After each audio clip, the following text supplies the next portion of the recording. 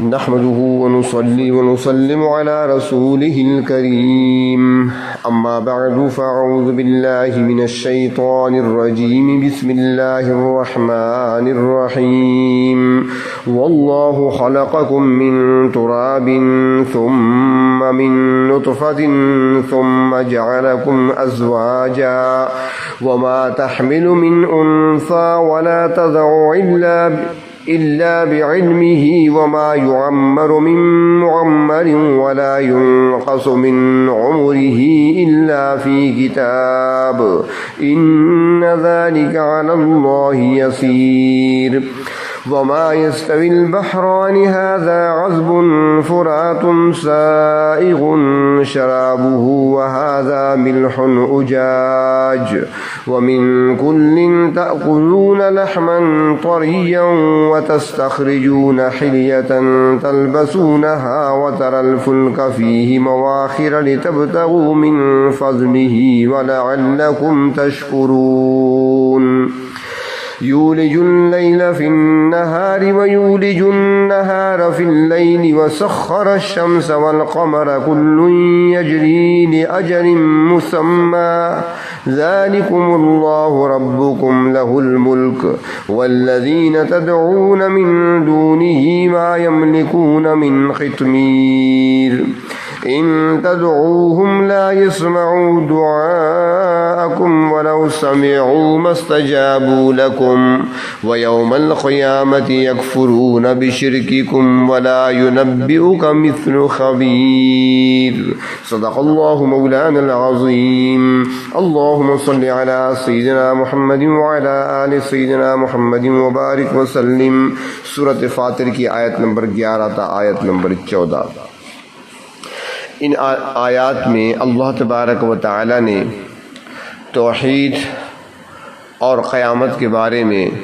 کچھ دلائل پیش فرمائے ہیں جو کہ عقلی دلائل ہیں۔ سب سے پہلی دلیل اللہ تبارک و تعالی نے انسانی تخلیق سے متعلق ارشاد فرمایا واللہ خلقکم من تراب، اللہ تعالیٰ کی ذات وہ ذات ہے جس نے تمہیں مٹی سے پیدا فرمایا، ثم من نطفہ، پھر قطرہ آب سے، یعنی اللہ تبارک و تعالیٰ نے سب سے پہلے انسان اور انسانیت کے باپ حضرت آدم علیہ السلام کو مٹی سے پیدا فرمایا، اور پھر ان سے آگے جو سلسلہ انسانی کا چلا ہے، نسل انسانی جو چلی ہے، تو اسے ایک حقیر قطرہ آب سے پروردگار عالم نے چلایا، اور یہ اللہ تبارک و تعالیٰ کی قدرت کی بہت بڑی دلیل ہے۔ بے جان مٹی سے حضرت آدم علیہ السلام جیسی شخصیت کو اللہ تبارک و تعالیٰ نے پیدا فرمایا، اور پھر باقی انسانوں کو اور نسل انسانی کو چلانے کے لیے اللہ تبارک و تعالیٰ نے ایک ایسے حقیر قطرے سے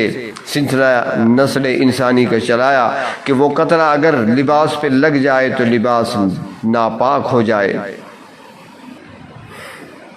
حضرت آدم علیہ السلام چونکہ پوری انسانیت کے باپ ہیں، اللہ تبارک و تعالیٰ نے سب سے پہلے انہیں پیدا فرمایا اور ان کے ساتھ کلام بھی فرمایا، انہیں زمین پر اپنا خلیفہ اور نائب بنایا، اور اس لیے یہ بات سمجھائی گئی، نبی اکرم صلی اللہ علیہ وسلم نے یہ بات سمجھائی ہے کہ کلکم ابناء آدم و آدم من تراب، کہ تم سب کے سب آدم کی اولاد ہو اور آدم علیہ السلام کی تخلیق مٹی سے ہوئی ہے۔ تو انسان کو کسی دوسرے کے مقابلے میں فخر نہیں کرنا چاہیے، تکبر نہیں کرنا چاہیے۔ اگر ظاہری طور پر ماحول کے لحاظ سے یا خاندان کے ذریعے سے اللہ تبارک و تعالیٰ نے کسی کو شرافت بخشی ہے، کسی کو عزت بخشی ہے، تو اس کو اللہ تبارک و تعالیٰ کا فضل ہی سمجھنا چاہیے، اور اللہ تبارک و تعالیٰ کا شکر ادا کرنا چاہیے، دوسروں کو حقیر نہیں سمجھنا چاہیے اور اس پر فخر بھی نہیں کرنا چاہیے۔ تو فرمایا کہ اللہ تبارک و تعالیٰ کی ذات وہ ذات ہے جس نے تمہیں مٹی سے پیدا فرمایا اور پھر قطرہ آب سے، ثم جعلکم ازواجا، پھر تمہیں جوڑے جوڑے بنایا، مرد اور عورت کو الگ الگ پیدا فرمایا، یعنی دونوں کے اندر تفریق بنا دی، اور پھر ان کے ملاپ سے نسل انسانی کے بقا کا سلسلہ قائم فرمایا۔ یہ اللہ تبارک و تعالیٰ کی قدرت تامہ کی دلیل ہے۔ فرمایا وما تحمل من انثى ولا تضع الا بعلمه، کوئی عورت نہیں اٹھاتی بچہ اپنے پیٹ میں اور نہ اسے جنتی ہے مگر وہ اللہ کے علم میں ہوتا ہے۔ ماں کے پیٹ میں بچے کا آنا اور پھر اپنا وقت مقررہ ماں کے پیٹ میں پورا کرنا، پھر بچے کا ماں کے پیٹ کے اندر پرورش پانا اور پھر اپنے وقت پر باہر آنا، یہ ساری باتیں ایسی ہیں جو اللہ کے علم میں ہیں۔ اور ساتھ یہ بھی فرمایا کہ وما یعمر من معمر، اور نہیں عمر دی جاتی کسی عمر والے کو، ولا ينقص من عمرہ، اور نہ گھٹائی جاتی ہے اس کی عمر، الا فی کتاب، مگر وہ کتاب میں لکھی ہوئی ہے۔ یعنی جب انسان اس دنیا میں آ جاتا ہے تو پھر وہ اس کی عمر کتنی ہوتی ہے، کتنی عمر پاتا ہے، چھوٹی عمر میں فوت ہو جاتا ہے یا لمبی عمر پاتا ہے، اور اس کی زندگی میں کیا کیا تبدیلیاں رونما ہوتی ہیں، بیماری، اس کی تندرستی، دولت مندی، غربت، شقاوت، سعادت، جتنی بھی چیزیں ہیں تمام چیزوں کو اللہ تبارک و تعالی جانتے ہیں، اور ہر چیز اللہ تبارک و تعالی کی کتاب لوح محفوظ میں درج ہیں۔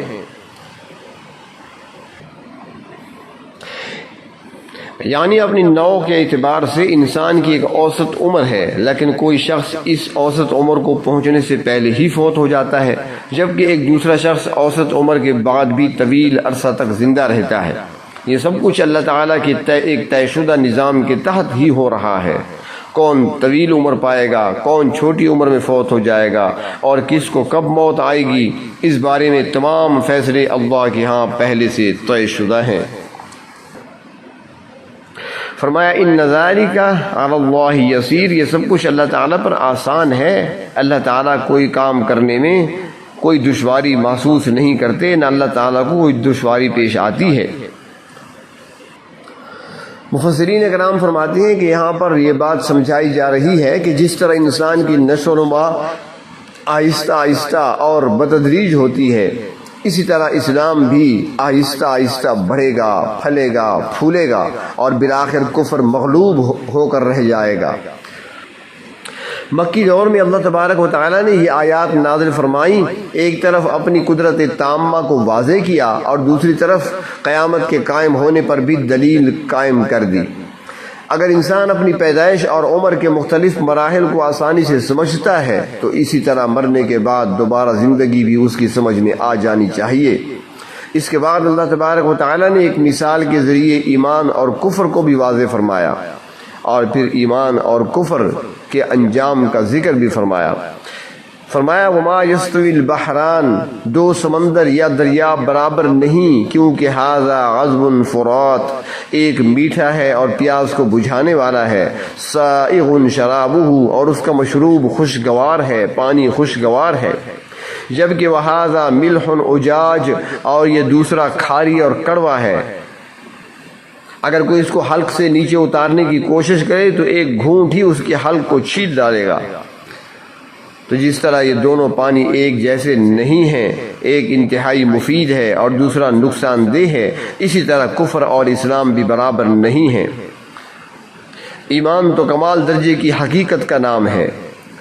اللہ تبارک و تعالیٰ نے اہل ایمان کو خوشگوار اور ہمیشہ کی خوشیوں والی زندگی کی خوشخبری سنائی ہے، جبکہ کفار کے لیے ہمیشہ کی سزا اور ہمیشہ کی عذاب کی وعید سنائی ہے، لہذا یہ دونوں آپس میں برابر نہیں ہو سکتے۔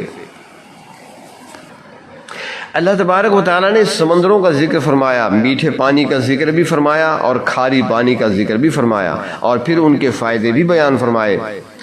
اور وہ فائدے جو انسانوں کو دونوں قسم کے پانی سے حاصل ہوتے ہیں۔ فرمایا وَمِن كُلٍّ تَأْكُلُونَ لَحْمًا طَرِيًّا، تم ہر قسم کے پانی سے تازہ گوشت کھاتے ہو، یعنی مچھلی۔ میٹھے پانی سے اور کھاری پانی سے، ہر قسم کے پانی سے مچھلی برآمد ہوتی ہے، لوگ اسے پکڑتے ہیں اور اس کا گوشت غذا کے طور پر استعمال کیا جاتا ہے، جو کہ انتہائی مفید بھی ہے، لذیذ بھی ہے اور طاقتور بھی ہے۔ باقی خشکی کے جتنے جانور ہیں اگر ان کو پکڑ بھی لیا جائے تو ان کو ذبح کیا جاتا ہے، اور ذبح کرنے کے بعد ہی اس کا گوشت قابل استعمال ہوتا ہے، مگر مچھلی اللہ تبارک و تعالیٰ نے ایسا گوشت مچھلی کے ذریعے سے عطا فرمایا کہ اسے ذبح کرنے کی بھی ضرورت نہیں ہے۔ تو فرمایا کہ ایک تو ان پانیوں سے مچھلی کا شکار کرتے ہو، تمہیں گوشت حاصل ہوتا ہے، غذا حاصل ہوتی ہے، اور دوسرا وَتَسْتَخْرِجُونَ حِلْيَةً تَلْبَسُونَهَا کہ ان سمندروں سے پہننے کے زیورات بھی نکالتے ہو تم۔ زیورات سے مراد یہاں پر موتی ہیں جن کے ہار بنائے جاتے ہیں اور پہنے جاتے ہیں۔ سونا اور چاندی ایک ایسی چیزیں ہیں کہ ان کے زیورات مرد استعمال نہیں کر سکتے، لیکن فرماتے ہیں کہ موتیوں کے ہار تو مرد بھی پہن سکتے ہیں۔ تو یہاں بھی اللہ تبارک و تعالی نے فرمایا کہ جس طرح لوگ میٹھے اور کھاری دونوں قسم کے پانیوں سے یعنی سمندروں سے فائدہ اٹھاتے ہیں، اسی طرح اسلام کی تقویت مسلمانوں کے ذریعے تو مسلم ہے، انہیں کفار کی طرف سے بھی جزیہ اور خراج کی صورت میں فائدہ حاصل ہوتا ہے۔ اور فرمایا کہ سمندروں اور دریاؤں کا ایک فائدہ اور بھی ہے، اور وہ یہ کہ وَتَرَى الْفُلْكَ فِيهِ مَوَاخِرَ اور تم کشتی کو دیکھتے ہو کہ پانی کو چیرتی پھاڑتی ہوئی چلتی ہے۔ پہلے کشتیاں ہوا کرتی تھیں اور چھوٹے پیمانے پر تجارت ہوا کرتی تھی سمندری راستے سے، مگر آج کے اس دور میں جہاں ترقی ہوئی ہے باقی چیزوں میں، وہاں پانی کے اندر سمندر کے اندر بھی لاکھوں ٹن وزنی جہاز تیرتے ہوئے نظر آتے ہیں، اور وہ سامان بھی پھر اتنا اٹھا کر لے جاتے ہیں۔ بین الاقوامی تجارت کا سب سے بڑا ذریعہ آج بھی سمندری جہاز ہیں۔ تو اللہ تعالیٰ نے فرمایا کہ سمندروں میں جہاز اور کشتی کے ذریعے سے جو تم فائدے اٹھاتے ہو یہ بھی اللہ تبارک و تعالیٰ کا فضل ہے، لِتَبْتَغُوا مِن فَضْلِهِ تاکہ تم اس کے ذریعے اللہ کا فضل یعنی رزق حلال تلاش کرو۔ تجارت روزی کا سب سے بڑا ذریعہ ہے، تو اللہ تبارک و تعالیٰ اپنا احسان جتلا رہے ہیں کہ وہی ذات ہے پروردگار عالم کی جس نے کشتی کے ذریعے سے اور جہاز رانی کے ذریعے سے تمہارے لیے روزی کا سامان بہم پہنچا دیا، وَلَعَلَّكُمْ تَشْكُرُونَ اور تاکہ تم اللہ تعالیٰ کا شکر ادا کرو۔ اتنی بڑی بڑی نعمتیں حاصل کر کے چاہیے تھا تمہیں کہ تم اللہ کے شکر گزار بن جاتے، جس نے سمندروں اور دریاؤں کو تمہارے لیے مسخر کر دیا اور طرح طرح کے فائدے ان سے اٹھاتے ہو۔ ارشاد فرمایا کہ اللہ کی ذات وہ ہے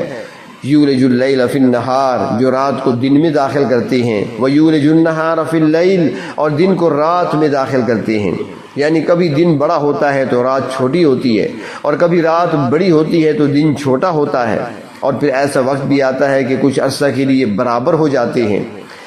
تو فرمایا کہ دن رات کی یہ تبدیلیاں یہ اللہ تبارک و تعالیٰ کا نظام ہے، اور پھر اسی کے تحت موسموں میں تبدیلی آتی ہے، اور پھر ہر موسم کے مطابق اللہ تبارک و تعالیٰ پھل سبزیاں اور غلے عطا فرماتی ہیں جو انسانوں کی خوراک کا ذریعہ بنتے ہیں۔ تو یہ ساری وہ نعمتیں ہیں جو اللہ تبارک و تعالیٰ نے اپنے بندوں کو عطا فرمائی ہیں، اور اللہ کے سوا یہ نعمتیں دینے والا کوئی نہیں۔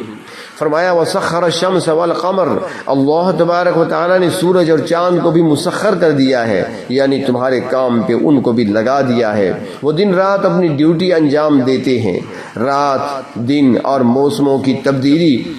انہی کا مرہون منت ہے۔ فرمایا کُلٌّ یجری لأجل مسمى ان میں سے ہر ایک مقررہ مدت تک چلتا ہے۔ اللہ تبارک و تعالیٰ نے ان کے لیے جو منازل اور جو وقت مقرر فرما رکھے ہیں اسی سے وہ انحراف نہیں کرتے، اور اس طریقے سے اللہ تبارک و تعالیٰ کے حکم سے کائنات کا نظام جاری و ساری ہے۔ تفسیر معالم العرفان میں ہے کہ شاہ عبد القادر رحمۃ اللہ علیہ نے یہاں پر یہ نکتہ بھی بیان فرمایا کہ جس طرح کبھی سورج غالب آتا ہے اور کبھی چاند، اسی طرح کبھی اسلام غالب آ جاتا ہے اور کبھی کفر۔ غلبہ اور اقتدار اللہ کے ہاتھ میں ہے، جس کو چاہتے ہیں غالب کر دیتے ہیں اور جب چاہتے ہیں مغلوب کر دیتے ہیں۔ اللہ تبارک و تعالیٰ کی حکمتوں کو اور مصلحتوں کو کوئی نہیں جان سکتا۔ فرمایا ذالکم اللہ ربکم یہ ہے تمہارے پروردگار، یہ اللہ تعالیٰ ہیں جو تمہارے پروردگار ہیں۔ لہ الملک حقیقی بادشاہی اسی ذات کی ہے، یہ سارا نظام کائنات کا اسی ذات کا قائم کردہ ہے اور وہی اس نظام کو چلا رہے ہیں۔ وہ وحدہ لا شریک ہیں، ان کے ساتھ کوئی شریک نہیں ہے، اور نہ نظام کائنات کے چلانے میں کوئی مددگار ہے۔ لہذا اس کی وحدانیت کو مان کر اسی ذات کی عبادت کرنی چاہیے، وہی ذات ہی تو ہے جو پوری کائنات کے مالک، مدبر اور متصرف ہے۔ فرمایا والذین تدعون من دونہ، اور جو لوگ اللہ کے سوا دوسروں کو پکارتے ہیں اور ان سے اپنی حاجتیں پوری کرانا چاہتے ہیں، اپنی مشکلیں حل کرانا چاہتے ہیں، فرمایا ما یملکون من قطمیر، وہ تو کھجور کی گٹھلی کے چھلکے کے بھی مالک نہیں ہیں، وہ تو اتنی معمولی سی چیز بھی نہیں بنا سکتے اور نہ کسی کو دے سکتے ہیں، انہیں تو کوئی اختیار حاصل نہیں ہے، نہ وہ کسی کی تکلیف دور کر سکتے ہیں، نہ کسی سے پریشانی کو دور کر سکتے ہیں، نہ کسی کو مشکل سے نکال سکتے ہیں، نہ کسی کی ضرورت کو پورا کر سکتے ہیں۔ فرمایا ان تدعوہم لا يسمعوا دعاءکم، اگر تم ان کو پکارو بھی تو وہ تمہاری پکار کو سن بھی نہیں سکتے۔ جو بت لکڑی کے بنے ہوں یا پتھر کے بے جان مجسمے بنائے گئے ہوں یا پھر وہ پتھر اور درخت ہوں تو وہ تمہاری پکار کو کیسے سنیں گے؟ حضرت ابراہیم علیہ السلام نے بھی یہی تبلیغ فرمائی تھی اپنے والد صاحب کے سامنے کھڑے ہو کر، یا ابتی لم تعبد ما لا يسمع، سب سے پہلی بات یہ فرمائی کہ آپ کیسی پوجا کر رہے ہیں ان کی جو دیکھتے نہیں ہیں، جو سنتے نہیں ہیں، ولا یبصر، جو دیکھتے نہیں ہیں، ولا یغنی عنک شیئا، اور نہ آپ سے کوئی پریشانی تکلیف دور کر سکتے ہیں۔ تو اللہ تعالیٰ فرماتے ہیں کہ جنہیں یہ پکارتے ہیں اللہ کے سوا وہ ان کی پکار کو سنتے نہیں، وَلَوْ سَمِعُوا، اور اگر وہ تمہاری بات کو سن بھی لیں، مَسْتَجَابُوا لَكُمْ، وہ تمہیں جواب تک نہیں دیں گے، وہ تو بے جان ہیں، ان میں بولنے کی طاقت کہاں ہے، ان میں سننے کی طاقت کہاں ہے، وہ جواب کیسے دے سکتے ہیں؟ تو فرمایا کہ بجائے اس کے کہ تمہیں جواب دیں اور تمہاری مدد کریں اور تمہاری مشکلیں حل کریں، بلکہ ہوگا تو یہ کہ وَيَوْمَ الْقِيَامَةِ يَكْفُرُونَ بِشِرْكِكُمْ، قیامت والے دن تمہارے شرک کا انکار کر دیں گے۔ جب اللہ تعالیٰ روز قیامت ان سے پوچھیں گے کیا تم نے ان سے کہا تھا کہ تمہاری عبادت کی جائے، اپنی مشکلیں تمہارے سامنے رکھی جائیں، اپنی حاجتیں تم سے پوری کرائی جائیں، تو وہاں پر وہ انکار کر دیں گے کہ ہم نے تو ان سے نہیں کہا تھا،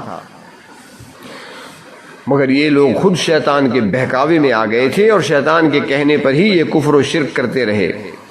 تو فرمایا کہ تم ان معبودان باطلہ سے کیا توقع رکھتے ہو؟